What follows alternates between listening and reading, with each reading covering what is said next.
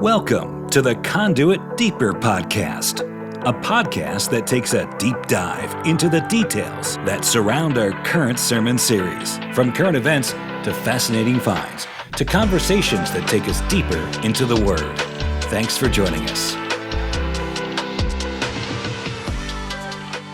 Welcome to our Deeper podcast. My name is Mo, Executive Pastor at Conduit Church, joined with our lead pastor, Darren Tyler, as we continue our Don't Stop Believing series in the book of John, specifically John chapter 3. Darren had the opportunity to teach on Sunday, and your points were this. This is how we know, 1, what love is, 2, that we belong to the truth, and 3, that Jesus lives in us. And so what you effectively did, though, with that first point was put a song in my head for the rest of the day, and for this week, for that matter, to know what love is. Which is the Foreigner song from 1984. 1984? I'm almost sure. That's impressive. Yeah, I can't remember months like you do, but I remember years Of the release. of releases for records like that. That was just a record, man. Like, I think it was the only song on that record, but I want to it know what lives love in is. infamy Yeah. with it. But I mean, that's what John's whole gig was, right? Was this is what love is with it. So we were just answering, I want to know what love is. Well, that's the answer to that question is 1 John 3. Specifically, though, in 1 John 3, it's interesting that there's a kind of a dichotomy happening. On verse 13, then he talks about how the world's going to hate you. Like, there's this love. This is what love looks like, but this is what the world is, how the world is going to treat you. In fact, they're going to hate you. Specifically, verse 13 says, "Do not be surprised, brothers and sisters." Like a heads up. Yeah. The world hates you. Yeah. I mean, kind of depending on how you read that, it's like a modern version is, Yeah. hey, heads up, the world's going to hate you. Yeah. By the way, which, he's recounting what Jesus had said to him 60 some years earlier, recorded in John 15. And in fact, Jesus would give that soliloquy, John 15, 16, 17, and then, promptly be crucified. Like they saw it, in full display. And he's just saying, like, yeah, they hated me first, so they're going to hate you. And, the question of why is not in the physical realm, it's in the spiritual realm behind, there's a spirit of Antichrist that he spent chapter 2 talking about. And now chapter 3 is like, so there were those who are among us that are not with us anymore because they were never with us to begin with. And if you're worried about whether whether you're in it or not, well, this is how you know. This is how you know what love is, right? This is how you know that Jesus is in you. Like he's just saying, this is how you know. And in the middle of that, he drops in just because it's part of the deal and people are going to hate you. So it's in the context of this is what love is. And loving your enemy is part of that context. And Jesus was the king amongst loving his enemies. So we have enemies. And what do we do?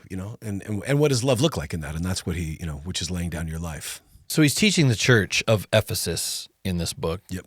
And what would that have looked like back then? Oh. What would you mentioned this, the hate begins out in marginalism. Yeah.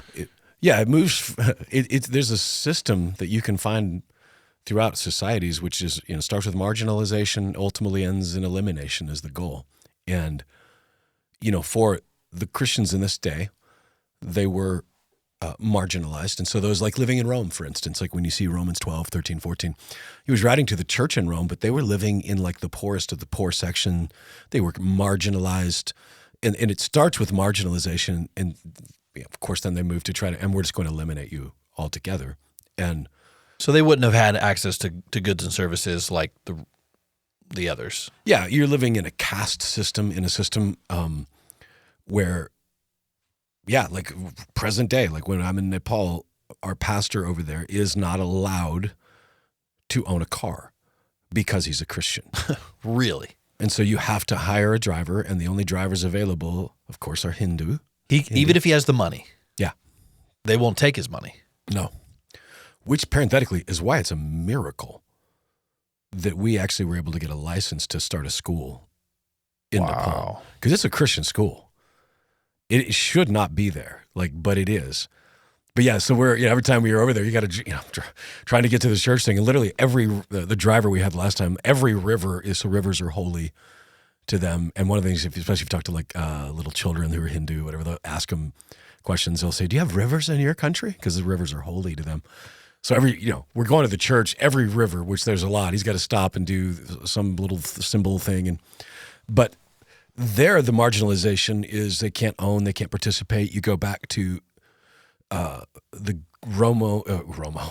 Greco-Roman culture. So, and what was, by the way, what was so offensive to them was the idea that them, meaning Greco-Roman history, is they were considered themselves very tolerant. All these gods, you can have this god, that god, just add a god, order a god on Amazon, same day delivery, whatever. But the problem with Christianity was it is an exclusive claim, only the one God. Yeah, the God. Yeah. And so they're in their quest for quote unquote tolerance, Christians became considered intolerant, so to speak. I mean, if any of this sounds familiar, I don't know. And then move from intolerance to we need to eliminate them altogether by whether imprisoning or re-educating them or executing them but marginalization to elimination. Yeah, I mean, it does sound familiar, and I think that's kind of the picture I want to try to paint here is that marginalization is a slow boiling pot of water that we're experiencing here in the West. It's on the doorstep of many other countries across the world, such as Nepal, such as Pakistan. Yeah, persecution against Christians is exponentially on the rise throughout Africa, Asia, and America.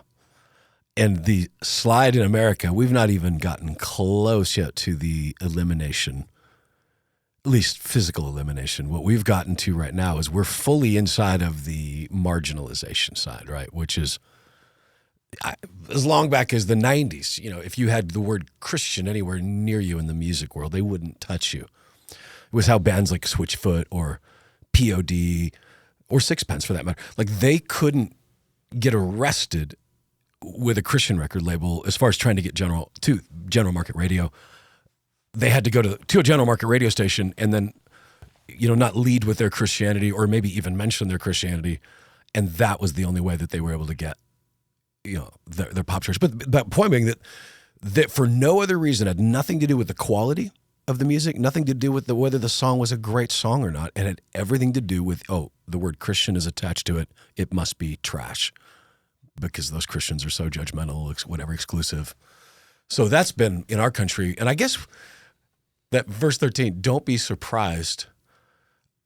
That's a pretty big command. And Jesus said it as well. And I definitely was surprised. And I feel so dumb. Maybe it's because I've spent so much time in countries where I've seen the elimination portion of it that I didn't notice the margin. I don't know what I thought, but I was surprised. Not anymore, but I was surprised. Yeah, and I think the marginalization has leaked out from more than just the faith belief, like the faith in Christ. I think the marginalization has now creeped over towards just a conservative belief, like just basic morals. Yeah. My wife and I sit and watch old 90s sitcom shows. Because honestly, it's the only thing that's even remotely clean to watch on TV. All the new shows are just filthy. I mean, let's be honest. There's some good ones out there, but they're few and far between. You can't really get through 1 or 2 episodes into a new series without some crazy plot line or backstory that's just filthy. Yeah. Right? And so we've been just reverting back to the old good stuff. Like TGIF. All of us 40-somethings that watched TGIF shows know what I'm talking about. Those are the classics. That's Full House. That's Family Matters. It's Step by Step. And there's probably a couple others that I'm forgetting. But those are available on all the streaming services now, so you can go back and watch them. And we love to do that. We love watching them. And we watched an episode of Family Matters a couple weeks ago that I don't remember what it was specifically, but I remember turning to Jennifer and saying, there's no way that would be in a modern sitcom today. It had to do with family values. They were valuing marriage. They were valuing no sex before marriage. They took time at the end of the show to pray as a family around the dinner table. It was like, what is happening? And that was only, it was 30 years ago. Yeah.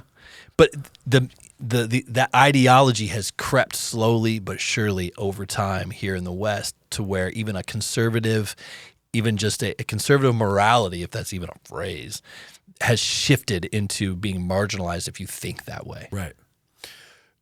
I don't know if you saw it yesterday, but Musk tweeted, or is he X'd? What do you do now? It's X. So he X'd? He's talked about this on a few podcasts. He doesn't have a good answer. He's saying it's now called a post. And he doesn't really like it. Yeah. That it's called a post, but that's what they're working with. Right. But they're saying he posted on X, formerly known as Twitter. So that. And it was by the way, an invitation to anybody who's been excluded from Disney. Did you see this? Like, they had their DEI quota percentages of what they literally in writing with it, and they refer to underrepresented groups have to be in this. Yeah, they have to meet certain criteria. There's they give 5 or 6 different criteria of potential DEI quotas. You have to meet at least 3 of them to make a hire. To make a hire with it.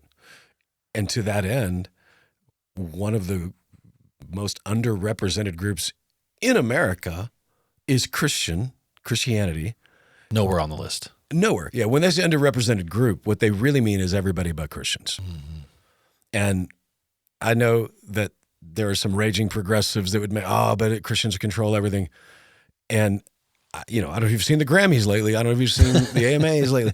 But the Christians ain't controlling anything. Like when what you're talking about, these random storylines that'll pop up, even in ancient history, like period pieces, there's there's the new gay affair, there's the lesbian affair, there's the crazy stuff that obviously wouldn't have been in their society anyway, but that's all represented.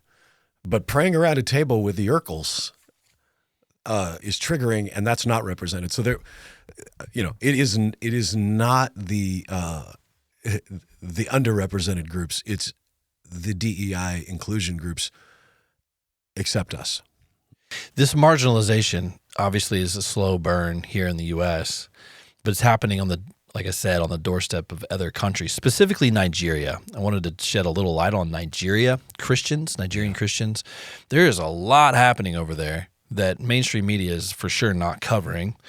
Specifically, and I had heard maybe a whisper of this last month, but never really took time to dive into it, but it's essentially this massacre that happened on Christmas Eve in Nigeria, where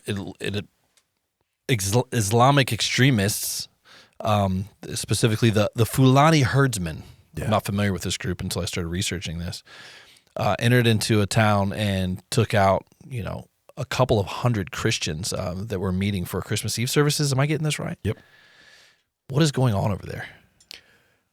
It's been going on for quite a while. The Islamic tide that starts in Mecca has been rolling across North Africa in the last 100 years, especially. I mean, a few hundred years ago, there were no Muslims, right? Several hundred years ago, because Islam didn't even start till 600. But it has made its way into North Africa, and the radical Islam, so the Fulani herdsmen, Boko Haram, there's a branch of Al-Qaeda that's in Burkina Faso, and they're all in the same quest of an Islamic caliphate. And I've heard secular guys especially refer to it as sectarian violence, which on the surface is technically true, but it's a lot easier to say sectarian because it doesn't impugn Islam in it. And that's right. The one common thread is the spirit behind Islam, which is to eliminate, you either convert or you are killed. That's the words of Muhammad 1,200 years ago that still ring true. And so the vast majority of Muslims are not good, quote unquote, good enough Muslims to do this. but they are good enough Muslims to not resist it. You won't find a lot of Muslims. It's why right now you'll see in the polls coming out of Gaza, and God only knows how trustworthy these could be, but it shows a 40% approval rate for Hamas, which is not great, but still a lot. That's still more than I thought it would be. Still a couple million people, but a 70% approval rate for what happened on October 7th. Oh my. So inside of Islam, it's just baked into the most conservative of Islamic and even moderate Islamic cultures that's a win for Allah because there was a martyr that happened. So yeah, that's what's happening in Nigeria that is not being talked about. Do you remember, I think President Obama was still in office, the Bring Our Girls Home. There were a couple hundred girls kidnapped in North Africa. That was this group, Boko Haram, Fulani herdsmen, kidnapped 200 girls. And for that one fleeting moment, Michelle Obama had heard about it, and they brought political pressure to bear, and most, if not all, those girls were released. But that's like maybe 10 years ago. It's just been going on consistently, and no one's talking about it. Yeah, I mean, I read a stat yesterday that said there's roughly 50,000 Nigerians have been killed over the past 25 years. Nigerian Christians. Yeah, that's a huge number. It's half the city of Franklin. It's the city of Columbia, Tennessee. Gone. I also read a part of that stat, though, that it roughly, I think they said 15 to 20,000 moderate Muslims had also been killed from these Islamic jihadists. Yeah, the persecution from Islamic jihad guys, girls, they make no distinction. Skin color. The only distinction they make is, are you our kind of Muslim or are you not? Yeah, that's interesting. Which is why Hamas murdered so many Palestinians. It's why these guys are murdering quote unquote moderate Muslims. And it's the same spirit of marginalization to elimination. Because it's the same spirit, because that's where you get into 1 John 4. He starts talking about these false prophets, and it's interesting because he doesn't say test their teachings. He says test the spirits. And it's because there's the demonic world, the spiritual world is eternal in a sense. And so the same spirit, I think it's Paul refers to him as familiar spirits. It's the same spirit that like animated someone like Hitler, that animated the hatred for the world, like for Christians in the world. So test the spirits, and when those spirits, and he says that one of the ways you're going to know the spirit is if anyone who acknowledges that Jesus is the Christ, that is a spirit of God with it. So if you're listening to anyone that does not acknowledge that, recognize that behind the scenes, in the spiritual, there is a spirit behind it that is not Jesus. And so two sides of the same coin is secular humanism and Islam, because both of them are anti in place of Christ. Yeah, no, that's good. It's whatever's going on in Nigeria has risen to a level to where just yesterday, the House Foreign Affairs Committee for the U.S. government, the Republicans in that committee are trying to pass a resolution declaring Nigeria a country of particular concern, which is actually an official designation called a CPC, country of particular concern, due to the massacre against Christians over there. So what this would allow, if this bill was to pass, or rather this resolution, if it was to pass, Nigeria would get a CPC designation, which would then allow the U.S. to step in and consult, help, perhaps provide aid and or troops for protection, some sort of plan to protect Christians. It's risen that far. And again, this was just this week where the light was shined upon this. There's a bit of a clip, though, that I ran into that shares the dissenting thought about this from Democratic Representative Jerry Connolly. Go ahead and play that clip. Dismiss efforts. But look, Congress can't simply say, we're only concerned about Christian persecution. We're concerned about anyone's human rights being violated. And by the way, that includes the gay and lesbian community, which has suffered in Nigeria, among other African countries, even at the hands of religious leaders who have called for the death penalty because of somebody's sexual orientation.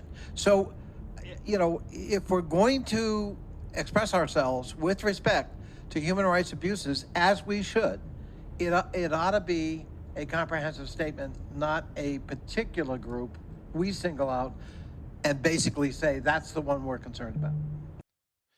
It's interesting here because he's saying, this resolution is called country of a particular concern. He wants this resolution to be a country of comprehensive concern. He is conflating or wanting to lump in the persecution, massacre, literal massacre of hundreds and thousands of Christians based upon their religious belief. He's wanting to lump in that group of people with LGBT ideology. I mean, think about the just bold hypocrisy from a guy who would support specifically so like with the Disney stuff, like they're not making a case for Christians in there. We should have everybody in the underrepresented groups with it. Correct. So he's literally talking out of both sides of his mouth in that if he really believed that would be, we wouldn't be doing DEI stuff with very specific, slivers of humanity. And yeah, you watch that. It's like, on the one hand, I 100% agree. Someone I don't believe needs to be, it's immoral to execute somebody because of sexual sin. So I don't disagree with him, but to bootstrap that which is a percentage that is minuscule compared to let's say tens of thousands in just Nigeria, because those numbers are probably much higher. You move into other countries in North Africa and the marginalization of the Christians in those, like we're talking tens of millions and in the billions when you get into Asia of persecuted Christians. And so to somehow suggest that that this shouldn't go out as we're just saying if you're killing Christians, you got to quit it.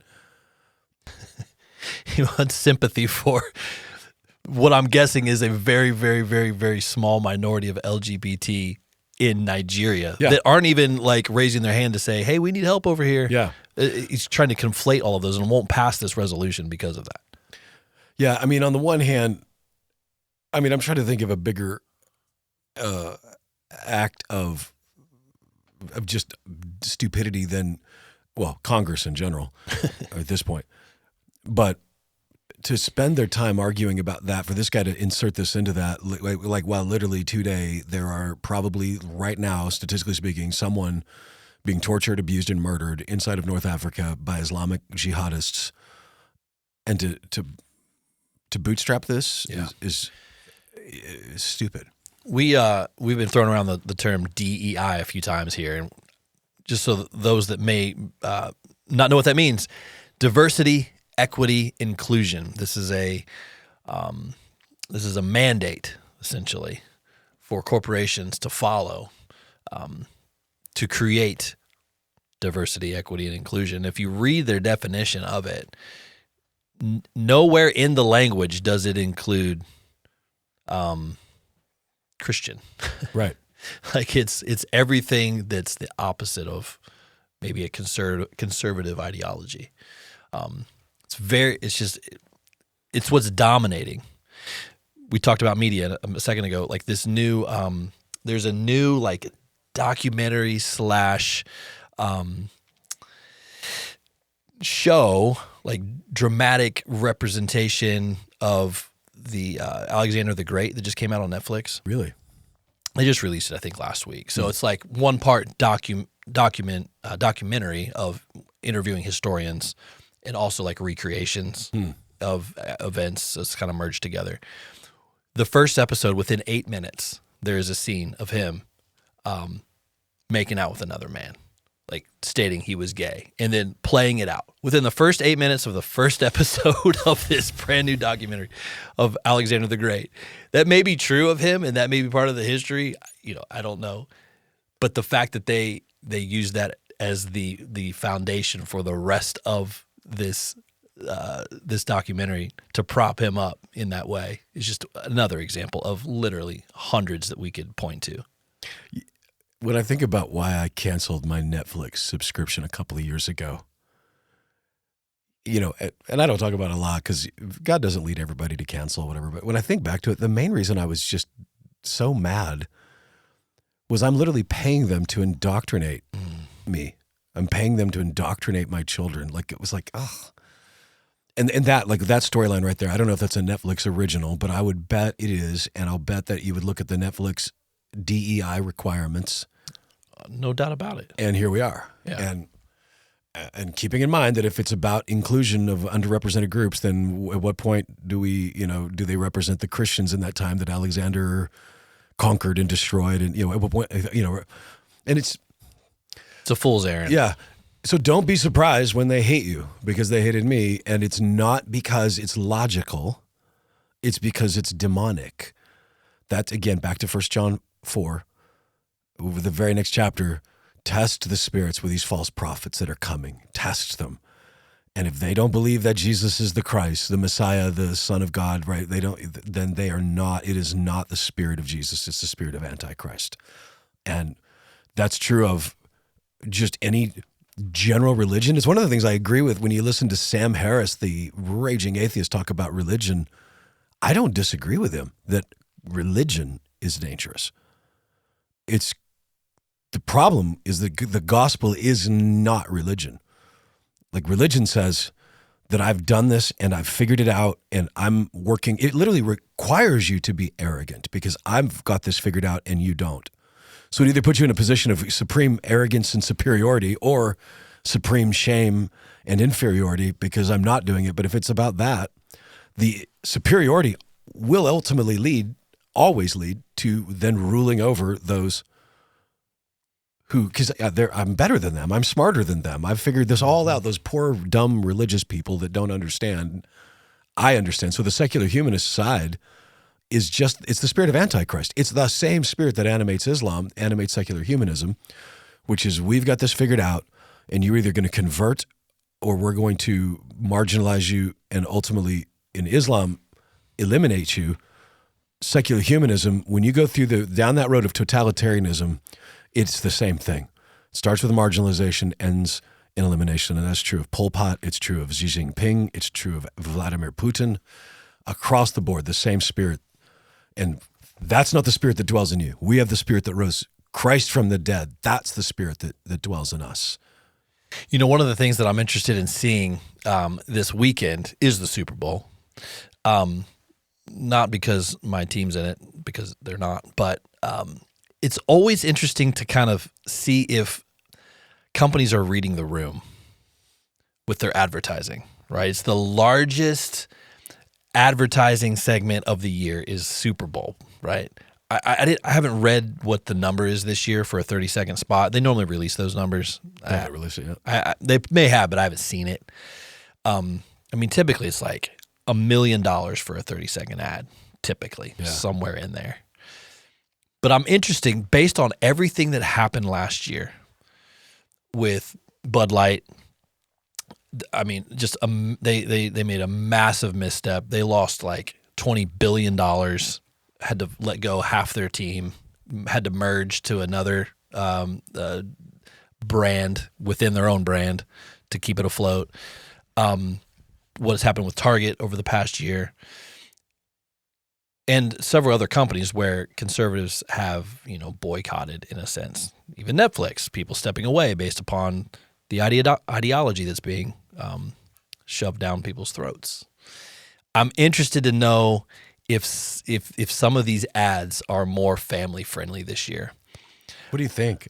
I think it will be. I think there's going to be a pendulum swing. I think you're going to start seeing, because there's a new, I think it's a Ford ad that came out recently that was just like, it was everything. It was so Americana. it was like grandpa and his son in a truck. So was it grandpa and my other Flashback. grandpa and a son? Right. Look, Billy has 2 grandpas. Yeah, it was like, okay, there it is. They're reading the room here and modifying their marketing efforts. And I'm curious, on the biggest day of the year, the biggest market. I mean, think about the marketing companies across the world, but in the U.S. that have, like, they looked forward to the Super Bowl for different reasons, because that is the time to lead their best foot forward. They're spending millions of dollars to put out the best marketing campaign that people are going to be talking about.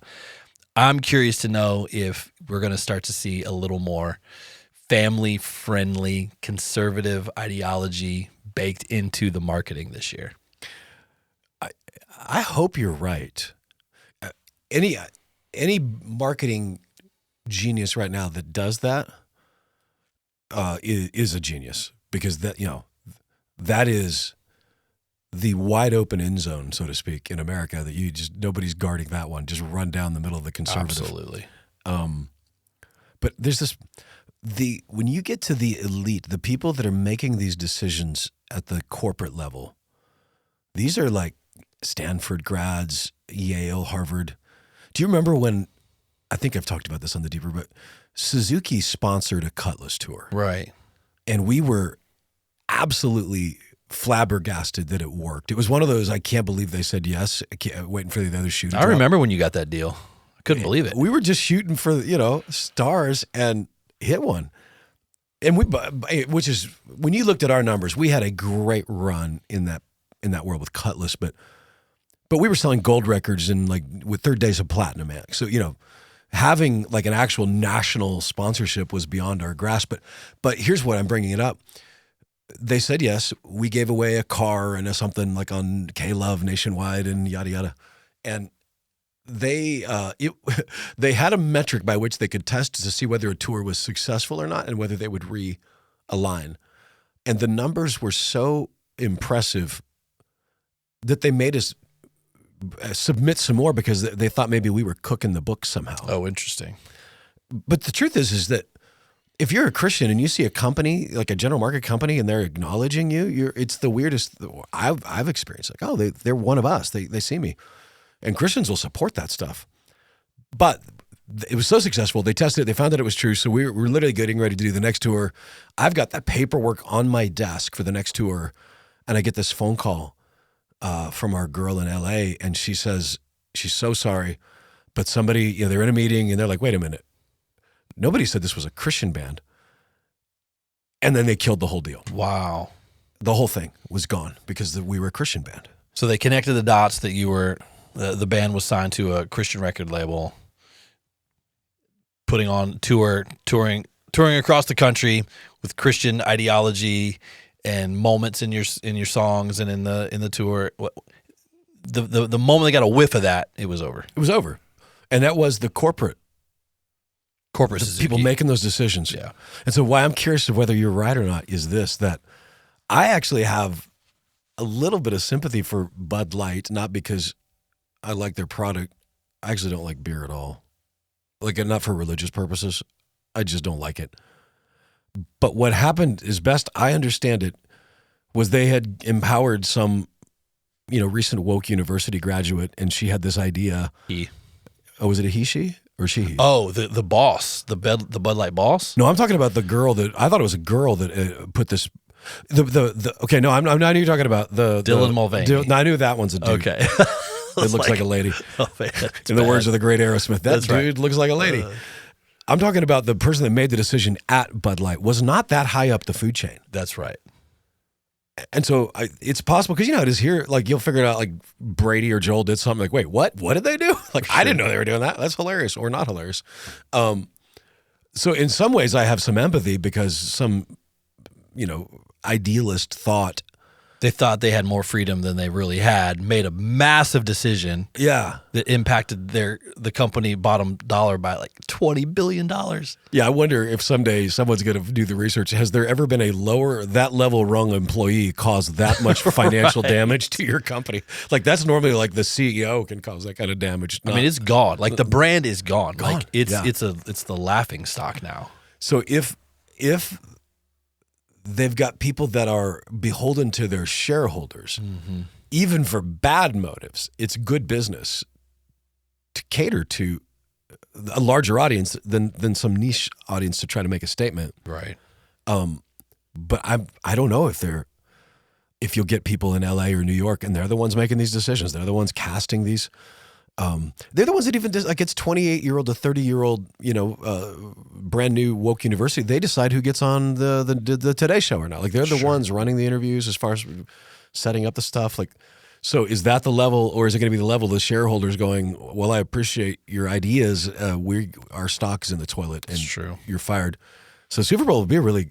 Yeah, I'm interested to see if the pendulum swings a little bit this year, just based on just the ridiculous backlash of the past 12 months in retail. Somebody else that has, and you mentioned a second ago, but someone else that has supported family values and has looked upon the West in disgust is Vladimir Putin, which is wild to me. So I'm sure you saw that statement. It's been probably 6 months ago, maybe, where he put out a speech basically just saying how woke the U.S. is. Yep. And how off the rails we are in our ideology. Fast forward 6 months, they're still in a war with Ukraine. That's happening. But also, Mr. Tucker Carlson is in Moscow this week and has interviewed Vladimir Putin, which no one has been able to do from the U.S. He's the only one, right? Yeah. From the U.S.? I mean, recent history. In recent history, now I don't know how far back, but Oliver Stone, do you remember that documentary he did where he interviewed and spent some time? Yeah, it's probably been 5 years ago. Maybe more. Maybe longer. Yeah, I mean, so Tucker's going to put out this interview with Vladimir. I guess it's this week, and it has the potential to break the internet because Tucker is not, speaking of the corporate influence, he is not governed by anyone any longer. So he can just be a journalist and ask the questions and let the chips fall where they may. And if he does not go hard on Vlad, I'm gonna be so bummed. It'll be disappointing because obviously that's part of his charm is that he goes hard. Mm-hmm. And I hope that he does, because this is obviously the world right now of legacy media. They're judging him because he's a tool of Putin, and the worst possible thing to do is to not talk and listen to people who might be your enemy, because then you know what they want, or at least you can read between the lines of what they want. If they're lying, even like you can. So my question, though, is why would Putin look at the U.S. and say that we're off the rails compared to Russia? Like, what is their religion? What is their ideology? What is their morality? Yeah, theirs is secular humanism. And by the way, that is, well, you call it communism, whatever, but it's, the ideology is, it's, again, same spirit as Antichrist, but theirs is there is no Christ, right? What was it Stalin Stalin. Religion is the opiate of the people. Marx was who said that. So their idea was we got to crush religion altogether, stop it from ever coming, because it's the opiate of the people. So get everybody to shut up, fall in line. But even in a secular humanist world, if you are a fact-based world, so to speak, fact, true, false, behavior that isn't natural in nature, which is where natural obviously comes from, especially in secular humanist societies, is not is frowned upon because it's unnatural. It does with the fabric of society, and so that would be why. And when you add on to that, whether you're Vlad, Xi Jinping, or whoever, for as few people as watch CNN in the United States, the vast majority of the news that gets to the rest of the world comes through CNN. So all they see is the stuff that you and I watch and go, God, who is that guy? And he doesn't speak for me. That's not our country. They're reading it going, is that their country? That's why. And when you look back to whether it's Osama bin Laden, the terrorists, I can't remember the guy that crashed into the World Trade Center first in the basement, set off a bomb. when they call the United States in radical Islam the big Satan, it's because of our moral compass, which has been broken.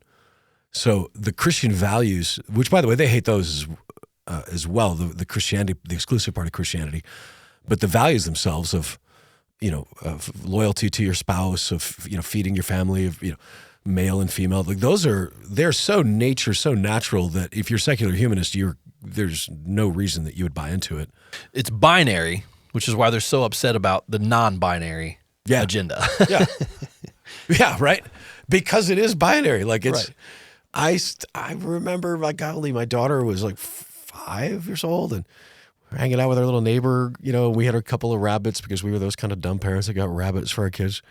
And I remember Heidi, the neighbor girl, goes, "You know how I can tell that this is a boy rabbit? Because he got a penis." Like, it's not that complicated. And so that's why, and again, I go back to if you are secular humanist or is any kind of religion in general, I keep going to Islam because it's the most prevalent right now. It's the same spirit, even though it manifests itself in different ways. Don't be surprised, brothers and sisters, that the world hates you. It's just a good reminder. I guess it's just a good reminder that we have awareness that this is going on. Like, just open your eyes and maybe not, take offense because it's offensive. But at the same time, don't let that consume you. They're coming for us. Yeah. They're coming for our ideas. They're coming for the kids in the sense of ideology and moving it away from Christianity into a humanistic worldview. I think it's helpful that we stay alert and aware to all the infiltration that is happening. Yep. And if you're wondering what we do, John lays it out.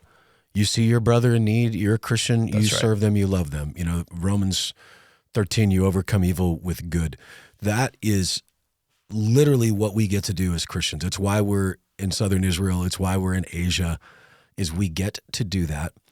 And you go all the way back to Deuteronomy 5, and God is telling the people of Israel, here's how to treat foreigners in your midst. Here's how to love and to feed and to care for. And by the way, when you look in the Old Testament, you say that we should have open borders because the Bible, talks about the foreigners.